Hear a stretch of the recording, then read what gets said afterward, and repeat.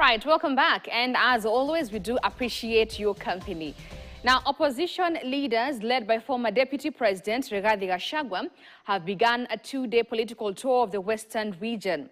Gachagua is accompanied by Wiper Party leader Kalonzo Musyoka, DAP Kenya Party leader Eugene Wamalwa, former Attorney General Justin Muturi, and former Interior Cabinet Secretary Fred Matiang'i. We now want to cross over to Kakamega, where we're joined by reporter Alan Ochanda.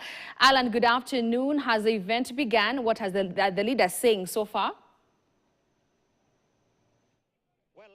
The United Opposition has actually made their way to Western Kenya. This is Vihiga County and not Kakamega County. Of course, later in the day, they will be making their way to Kakamega County, but early in the morning, the United Opposition, of course, all the key figures, Kalonzo Musyoka of Wiper, Fred Matiang'i, also so all those leaders, you can see just behind me, they're already making their way to Mbale grounds here. In the morning, they were in Luanda, but a snippet of what they actually said is that they are calling out President William Ruto for failing to honor the 30% pre-election pact with the Speaker of the National Assembly Moses Wetangula and the PCS Prime Cabinet Secretary Musalia Mudavadi, and saying that they're actually taking the people of Western Kenya for granted, and so riding on that and just quoting the residents of Western Kenya to ensure that they stand with them and support them during the 2027 elections.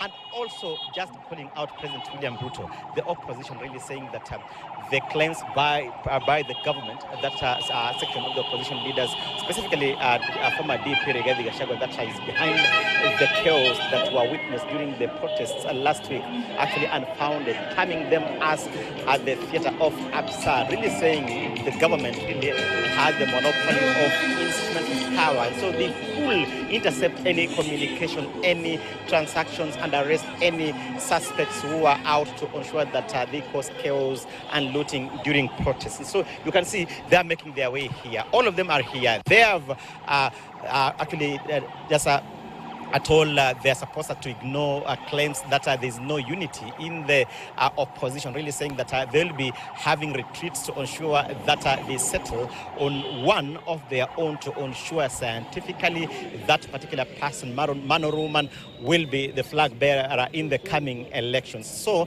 Grace, we shall be making our way to the Mbale grounds, where we have to listen in to what the opposition leaders have for the people of Western Kenya. But remember that this is actually the second stopover.